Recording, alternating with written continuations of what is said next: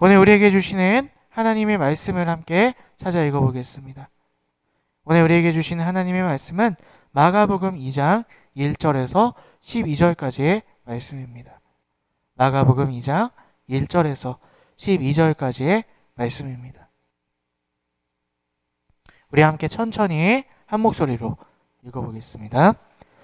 며칠이 지나서 예수께서 다시 가버나움으로 돌아가셨다. 예수가 집에 계신다는 말이 퍼지니 많은 사람이 모여들어서 마침내 문 앞에조차도 들어설 자리가 없었다. 예수께서 그들에게 말씀을 전하셨다.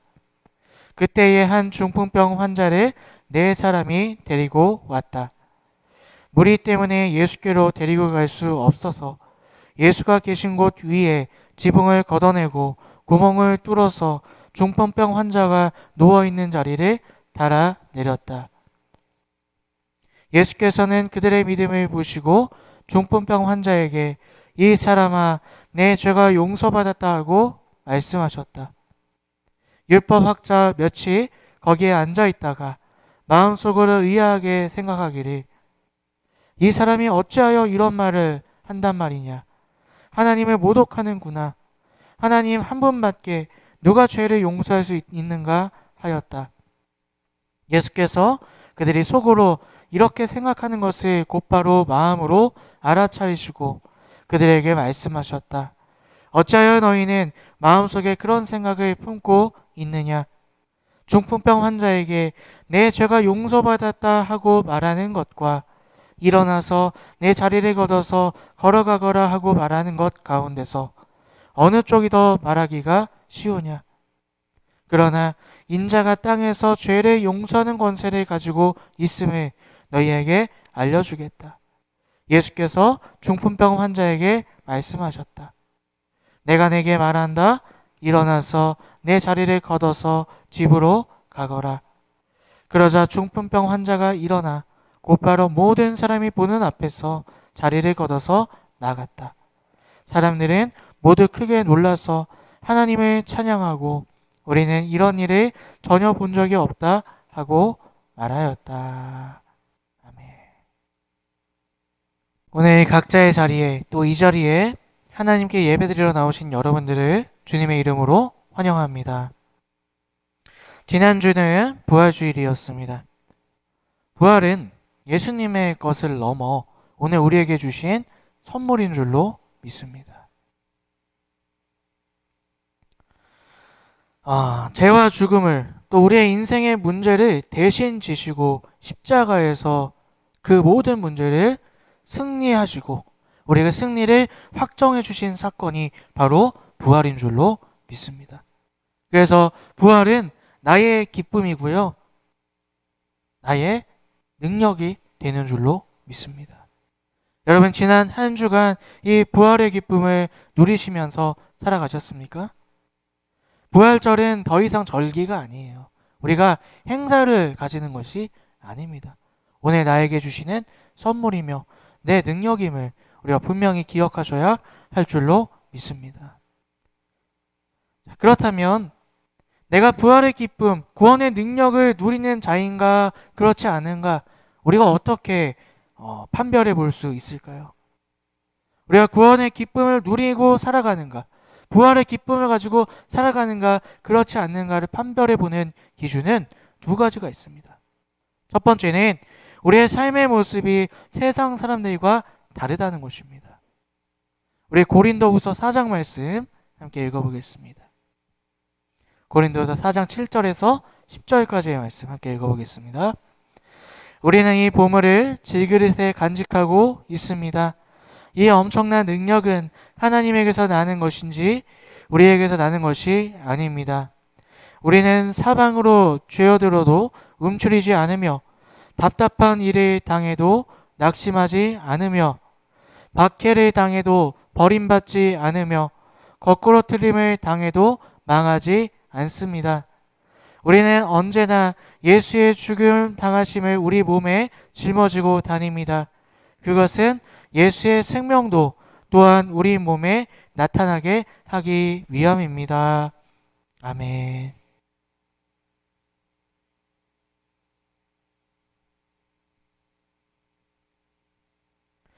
우리가 부활의 능력, 구원의 기쁨 가운데 살아가는 증거 첫 번째는요, 세상 사람과 우리의 모습이 다르다는 거예요.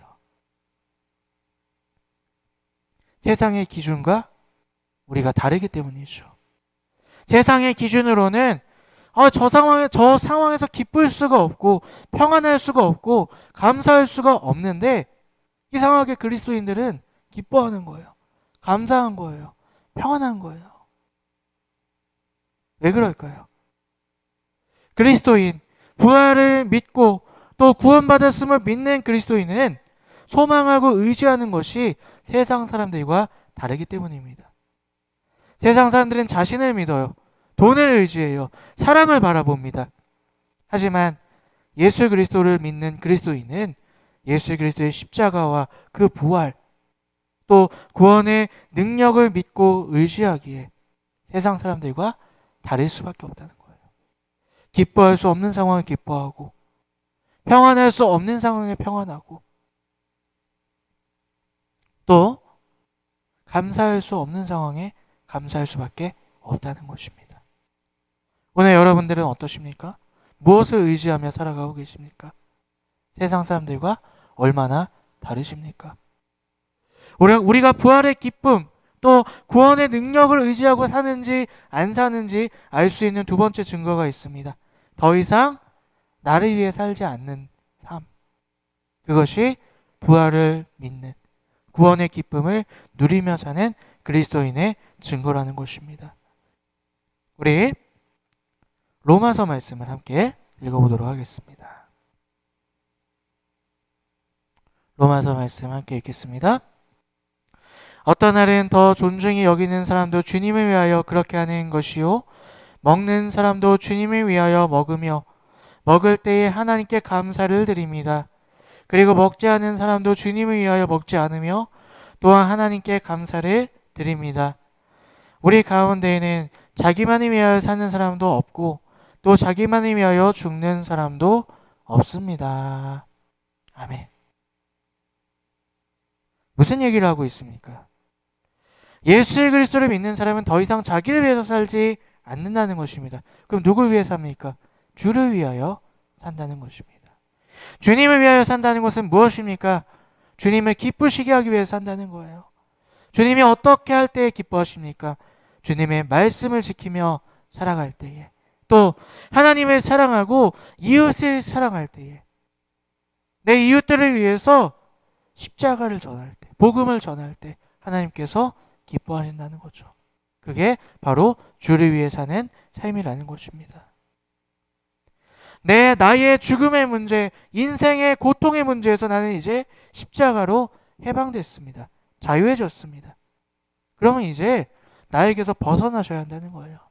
다른 이들을 돌보고 가장 좋은 그 십자가의 은혜로 다른 이들을 인도하셔야 한다는 것이죠. 바로 예수님을 전하는 것, 복음 전파, 이것이 부활을 믿는, 구원의 능력을 누리며 사는 그리스도인의 특징이라는 것입니다. 복음 전파, 전도, 이런 많은 그리스도인들이 참 부담스러워합니다. 왜 그럴까요? 복음 전파에 대한 오해를 갖고 있기 때문입니다. 여러분, 마케팅 아시죠? 어떤 것들을 팔기 위해서 막 영업을 하는 것. 마케팅과 또 친한 사람에게 맛집을 소개하는 그 두 가지 경우를 한번 생각해 보셨으면 좋겠습니다. 맛집을 알려주는 것, 또 영업을 하는 것, 두 가지 공통점은 뭐예요? 내가 알고 있는 것들을 다른 사람에게 소개하는 것입니다. 그 사람이 이걸 했으면 하는 거예요. 그런데 틀린 점은 무엇입니까? 마케팅은요, 영업은요, 상대방을 집요하게 설득해요. 그게 아니라 이거 꼭 하셔야 돼요. 이렇게 하셔야 돼요. 막 강요하고 설득합니다. 하지만 우리가 그냥 친한 사람에게 맛집을 소개하는 건 어때요? 막 강요하나요? 막 설득하나요? 당신 꼭 거기 가야 돼. 그렇지 않죠. 거기 한번 맛있으니까 한번 가서 먹어봐. 진짜 맛있어. 강요하고 설득하지 않는다는 것이죠. 또한 마케팅과 또 그냥 좋은 것을 전하는 거의 차이점은 뭐냐? 결과에 대해 차이점이 있다는 거예요. 마케팅을 하고 영업을 하는 사람들은요, 결과가 중요해요. 그 사람이 내 말을 듣고 그걸 해야, 그것이 결과로 나타나야 그게 중요해요. 그런데 우리가 그냥 아는 사람에게, 친한 사람에게 맛집을 소개할 때 결과가 중요한가요?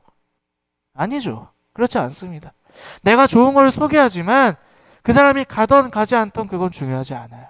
단지 그냥 그 사람이 가서 내가 아끼는 사람이니까, 내가 좋아하는 사람이니까 한번 가서 먹어봤으면 좋겠다, 이런 마음을 가지고 있을 뿐이죠.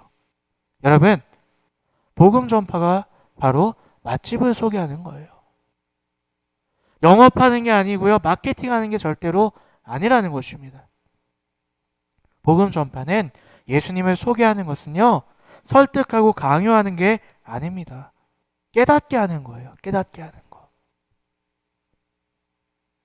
부활을 누리고 있는 나의 삶, 세상 사람들과 뭔가 다른 나의 삶, 그것을 통해 예수님이 계시는구나, 예수 믿는 게 좋은 거구나 깨닫게 하는 것이 바로 복음 전파라는 것입니다. 또한 복음 전파는요, 결과가 중요한 게 아니에요. 여러분, 내가 꼭 어떻게 해서든 교회 데리고 와야 그게 전도한 걸까요? 그게 아니라는 것입니다. 성경도 우리에게 그것을 알려주고 있어요. 우리 고린도전서 말씀 함께 읽어보겠습니다.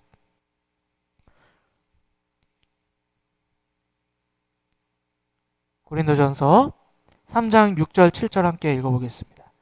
나는 심고 아볼로는 물을 주었습니다. 그러나 하나님께서 자라게 하셨습니다. 그러므로 심는 사람이나 물 주는 사람은 아무것도 아니요 자라게 하시는 분은 하나님이십니다. 아멘. 성경이 우리에게 분명히 알려주고 있습니다. 전도하는 것, 복음을 전하는 것, 결과가 중요한 게 아니라는 거예요. 우리가 얼마나 열심히 전하였느냐. 그 사람이 교회에 오고 구원받는 것은 하나님께 속해 있다는 것입니다. 우리는 최선을 다해 복음을 전하면 되는 거예요. 예수님을 알지 못하는 사람에게 나의 삶으로 예수님을 소개하면 된다는 것입니다. 바로 이러한 삶을 사는 사람이요, 부활의 기쁨을 누리고 구원의 능력을 누리며 사는 그리스도인의 모습이라는 것입니다. 오늘 여러분은 어떠십니까? 그 예수님을 나의 삶으로 내 주변 사람들에게 온전히 전하고 계십니까? 오늘 우리가 읽었던 본문 말씀은요, 우리가 너무나 잘 아는 본문 말씀이에요. 4명의 친구가 나와요. 중풍병자가 등장합니다. 또 예수님이 그들을 보시고 죄사함을 받았다 선언하시는 그런 장면이 나옵니다. 근데 우리가 여기서 주목하는 것이 하나 있어요. 지붕을 뜯어냈다. 그래서 우리나라 문화권에서 생각해 보면, 아니 어떻게 지붕을 뜯어내지? 이렇게 생각할 수 있어요.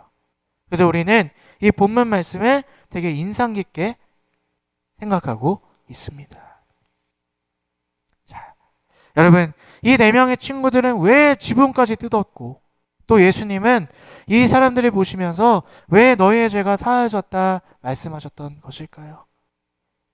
우리 먼저 오늘 본문 말씀 1절부터 5절까지를 함께 읽어보겠습니다.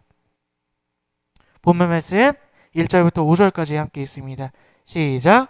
며칠이 지나서 예수께서 다시 가버나움으로 들어가셨다.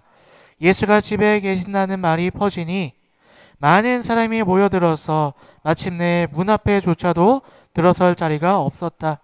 예수께서 그들에게 말씀을 전하셨다. 그때에 한 중풍병자 환자를 4사람이 데리고 왔다. 무리 때문에 예수께로 데리고 갈 수 없어서 예수가 계신 곳 위에 지붕을 걷어내고 구멍을 뚫어서 중풍병 환자가 누워있는 자리를 달아내렸다. 예수께서는 그들의 믿음을 보시고 중풍병 환자에게 이 사람아 내 죄가 용서받았다 하고 말씀하셨다. 아멘.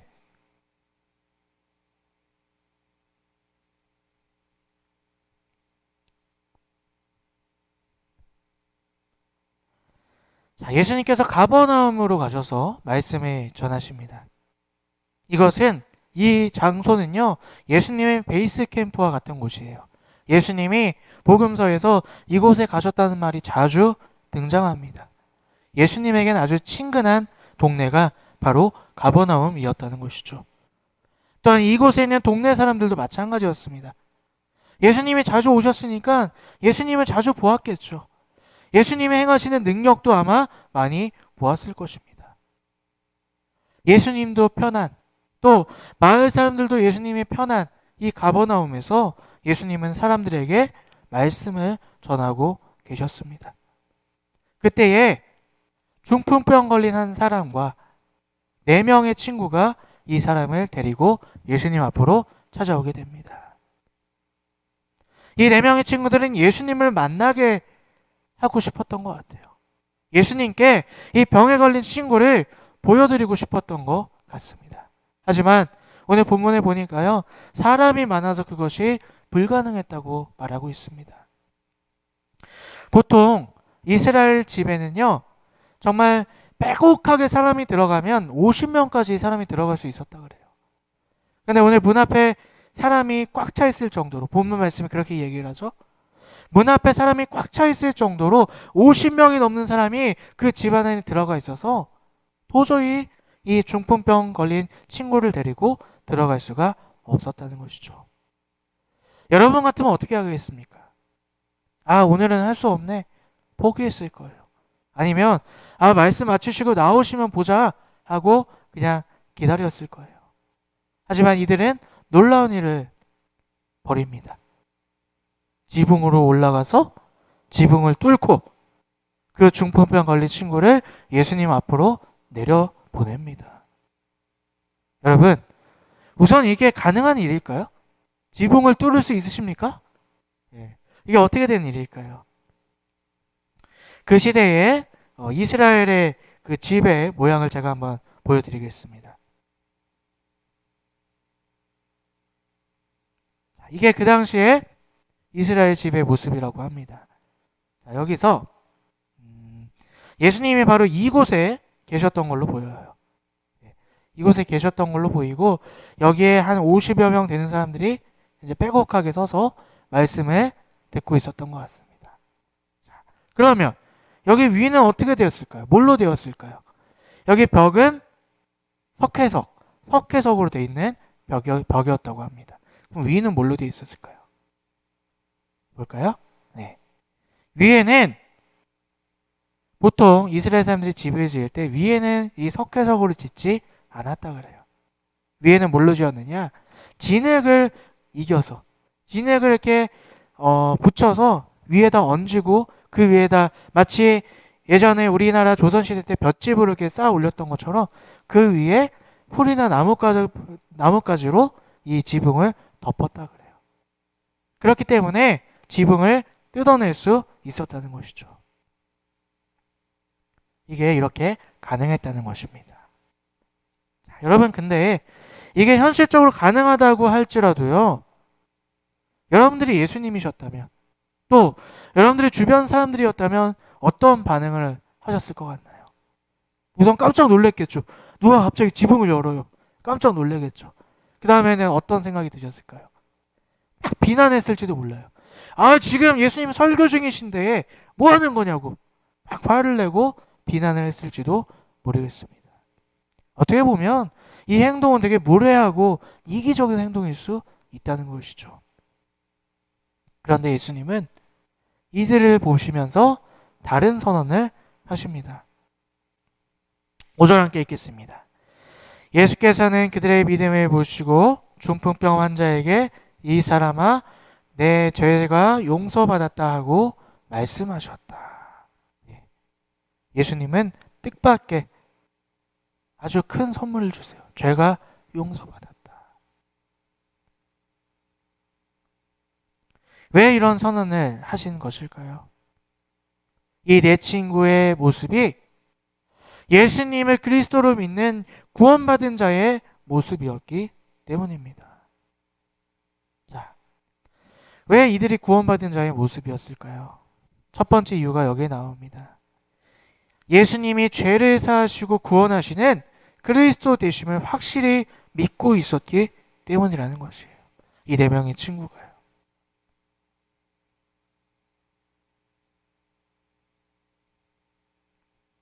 이들은 중풍병에 걸린 친구를 예수님께로 데려옵니다. 사람은 고칠 수 없는 병이었지만 예수님께로 데리고 가면 예수님은 분명히 고쳐주실 수 있을 거야 라는 믿음이 있었다는 것이죠. 하지만 단순히 이 네 명의 친구가 이 중풍병 걸린 친구를 병낫게 하기 위한 목적으로만 예수님께 데리고 갔던 것일까요? 그 이상의 믿음이 있었다는 거예요. 우리 아까 읽었던 말씀 다시 한번 읽어보도록 하겠습니다. 우리 6절부터 10절까지 한번 읽어보겠습니다. 율법학자 몇이 거기에 앉아있다가 마음속으로 의아하게 생각하기를 이 사람이 어찌하여 이런 일을 한단 말이냐. 하나님을 모독하는구나. 하나님 한 분밖에 누가 죄를 용서할 수 있는가 하였다. 예수께서 그들의 속으로 이렇게 생각하는 것을 곧바로 마음으로 알아채시고 그들에게 말씀하셨다. 어찌하여 너희는 마음속에 그런 생각을 품고 있느냐. 중풍병 환자에게 내 죄가 용서받았다 하고 말하는 것과 일어나서 내 자리를 걷어서 걸어가거라 하고 말하는 것 가운데서 어느 쪽이 더 말하기가 쉬우냐. 그러나 인자가 땅에서 죄를 용서하는 권세를 가지고 있음을 너희에게 알려주겠다. 예수께서 중풍병 환자에게 말씀하셨다. 아멘.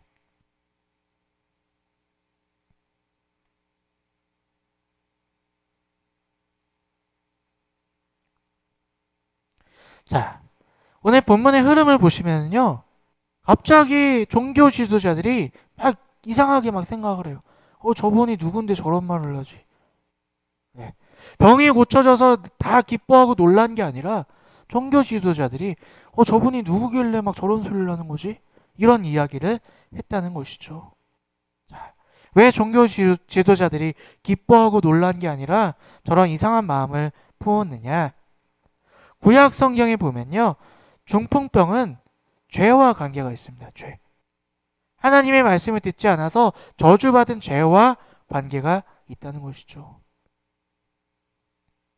구약 시대의 사람들은 이렇게 생각했습니다. 몸이 아프거나 특별히 중풍병은 하나님께 저주받은 거다. 저 사람이 뭔가 잘못해서 죄받은 거다. 이렇게 생각을 했다는 것이죠. 실제로 구약 성경에 보면 다윗을 거절했던 나발이라는 사람이요.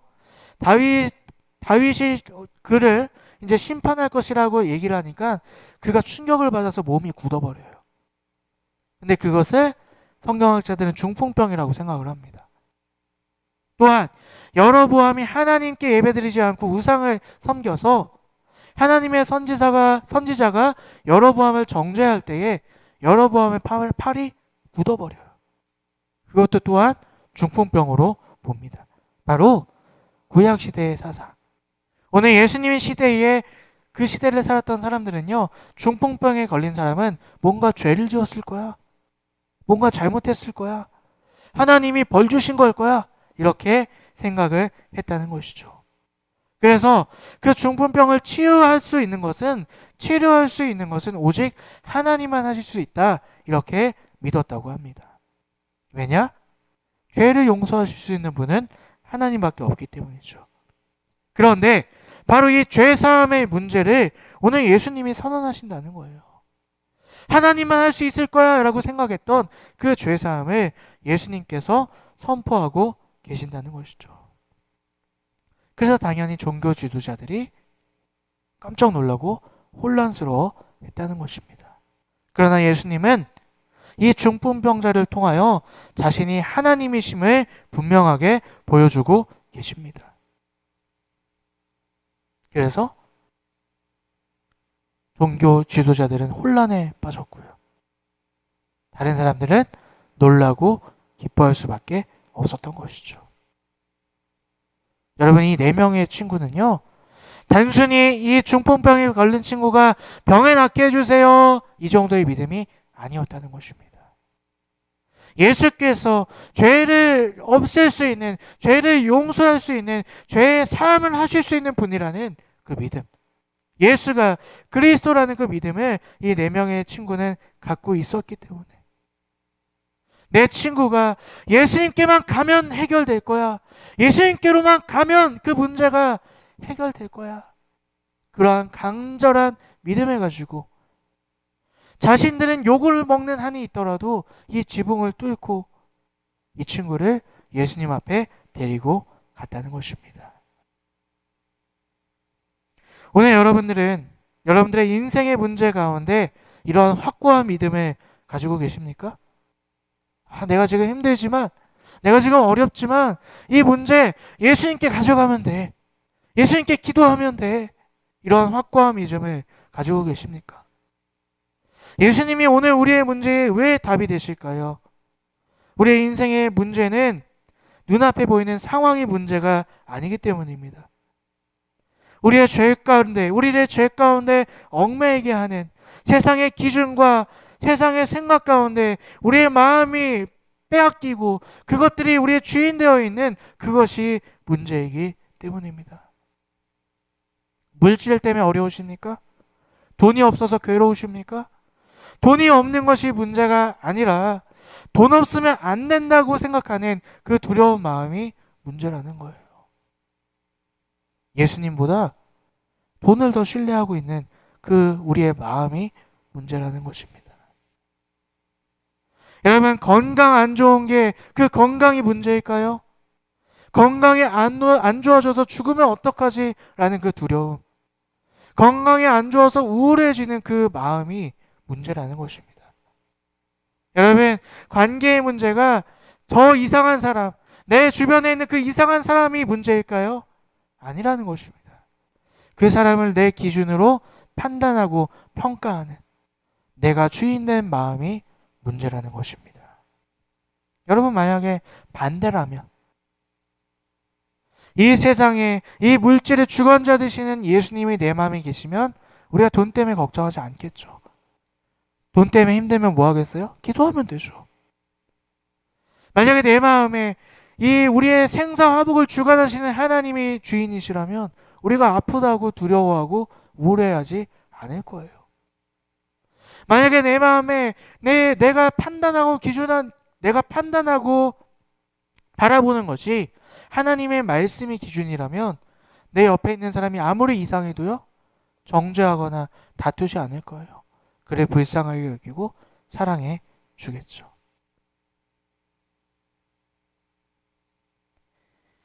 예수님만 우리 마음에 계시면, 우리의 판단 기준이 되시고 우리의 주인이 되시면 이 세상에서 문제될 것이 없다는 것입니다. 십자가의 부활을 믿고 그 구원의 능력을 믿으면 문제될 것이 없다는 것입니다. 그 십자가는 오늘 나를 위해 존재하는 것인 줄로 믿습니다. 내 삶의 문제를 위해 존재하는 것인 줄로 믿습니다. 나의 인생의 문제에 빠져 여러분들 지금 힘드시다면 그 확고한 믿음을 회복하셨으면 좋겠습니다. 지금 내 어려운 문제 예수님께로 가져가면 돼. 예수님을 만나면 돼. 내 마음에 예수님이 계시면 돼. 이 4명의 친구들의 믿음처럼 오늘 여러분 가운데 그 믿음을 회복하시는 저와 여러분들이 되셨으면 좋겠습니다. 예수님께서 이 4명의 친구를 보시고 죄사함을 선언하신 두 번째 이유가 있습니다. 이렇게 보겠습니다. 두 번째 이유는 이것입니다. 자기를 위해 살지 않고 남을 위해 같이 아파하고 헌신하고 섬기는, 사랑하는 모습을 예수님께서 보셨기 때문입니다. 이들의 행동은 자신을 위한 행동이 아니었습니다. 여러분, 이 4명의 친구가 굳이 지붕까지 뚫을 필요가 있었을까요? 굳이 그럴 필요가 없었어요. 중풍병에 걸린 또 다른 사람들에게 죄인 취급받는 그 친구를 들것에 들어서 예수님 계시는 곳까지 오게 도와준 것까지만으로도 이 친구들은 칭찬받아 마땅합니다.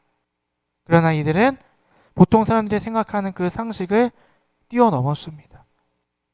지붕으로 올라가서 지붕을 뚫고 이 아픈 사람을 예수님께 보여주었다는 거죠. 왜 그랬을까요? 그 친구를 향한 그 중풍병에 걸린 친구를 향한 사랑이 있었기 때문입니다. 그 친구가 중풍병에 걸려서 얼마나 힘들어하고 아파하는지 그 아픔을 공감했기 때문이라는 것이죠.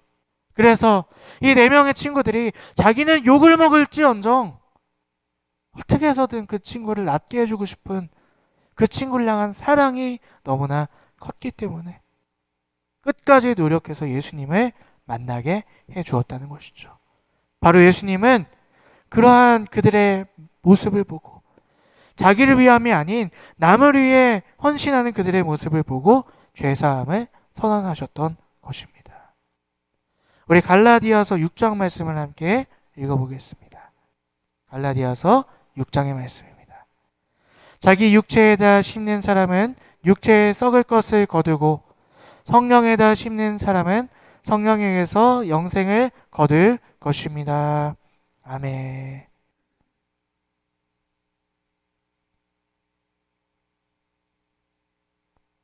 오늘 우리는 누구를 위해서 살아가고 계십니까? 예수가 나의 구원자이심을 우리가 믿는다면 우리는 더 이상 나를 위해서 사지 말아야 할 줄로 믿습니다. 왜냐하면 나보다 유능하신 예수님이, 나보다 전지전능하신 예수님이 내 삶을 살아주시고 계시기 때문입니다. 대신 우리는 이제 무엇을 해야 돼요? 성령을 위해 살아야 됩니다. 성령의 일을 심어야 합니다. 성령의 일은 무엇입니까? 주님 말씀대로 살아가는 것. 주님 말씀대로 사는 것은 하나님을 사랑하고 이웃을 사랑하는 것. 죽어가는 이들을 사랑하고 섬기는 바로 그것이 성령의 일을 심는 것인 줄로 믿습니다. 그들을 예수께로 인도하는 것.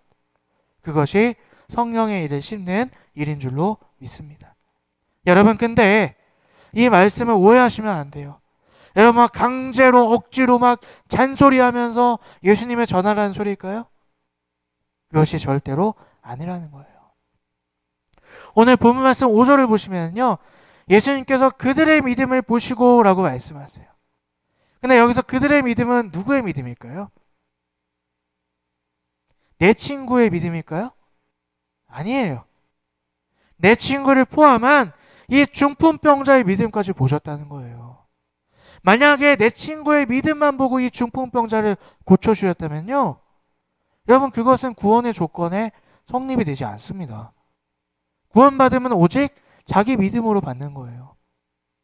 다시 말해서 이 내 친구를 포함한 5명의 믿음을 보시고 죄사함을 선포하셨던 것이죠. 이 내 친구가 이 병에 걸린 한 명의 친구를 사랑하고 그들을 위해서 헌신하고 또 그 아픈 마음을 공감하는 그것을 보며 이 병에 걸린 친구도 아마 마음이 바뀌었을 거예요. 성령의 역사심으로 마음이 바뀌었을 거예요. 그리고 그 마음을 열어 예수님께로 나아갔고 예수님은 그들의 마음을 보시고 죄사함을 선언하셨던 것입니다. 여러분, 이것이 바로 예수님의 사랑을 전하는 성령의 일을 심는 원리인 줄로 믿습니다. 말로만 너 교회 가야 돼, 너 예수 안 믿으면 죽어, 이게 아니라요, 사랑과 섬김으로 그를 위하여 나아갈 때 성령께서 그의 마음을 변화시키셔서 함께 나와 예수를 믿고 구원받을 수 있다는 것입니다. 여러분, 이런 분들을 보게 돼요. 아유, 예수님께서 뭐 알아서 하시겠죠. 뭐 예수님 전지전능하시니까 아유, 때 되면 믿게 하시겠죠. 여러분, 이거는 아주 위험한 말입니다. 이것은 예수님의 사랑을 모르던가 아니면 그 내 주변 사람들을 사랑하지 않는 것과 같다는 것입니다. 여러분, 내 주변에 예수님을 모르는 이들을 위해서 기도하시고 사랑으로 섬기시고 함께 나아가셔야 할 줄로 믿습니다. 그럴 때에 성령께서 그 사람의 마음을, 우리의 모습을 보시고 우리의 기도를 들으시고 성령께서 역사하실 줄로 믿습니다. 이것이 바로 성령의 일을 심는 모습이라는 것입니다.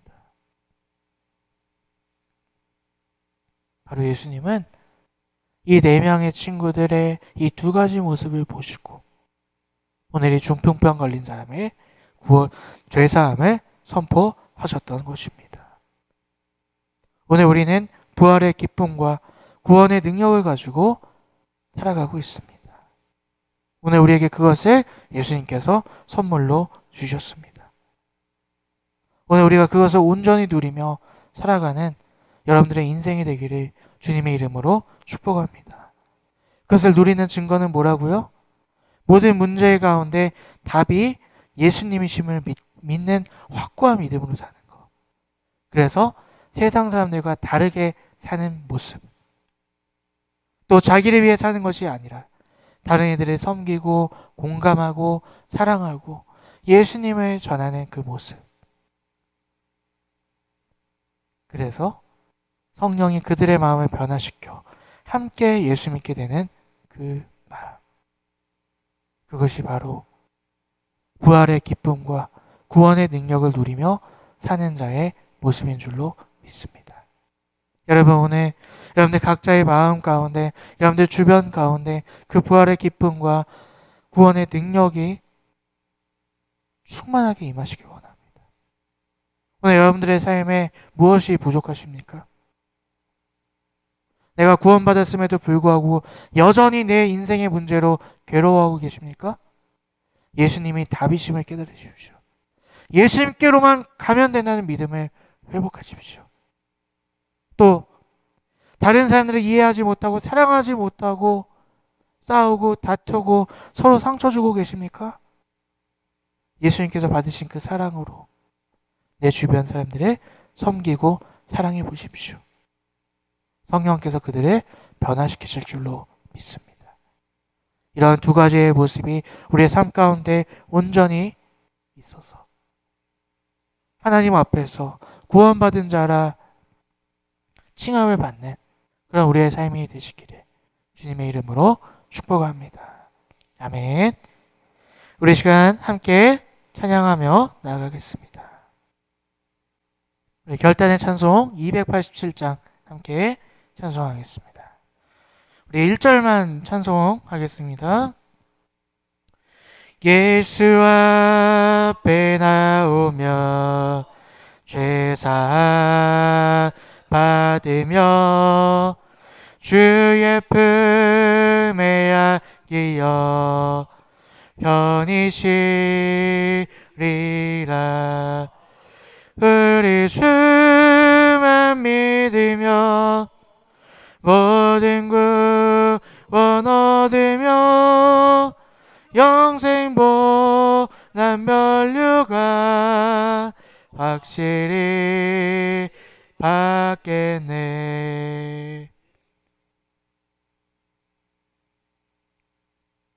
우리 함께 기도하겠습니다.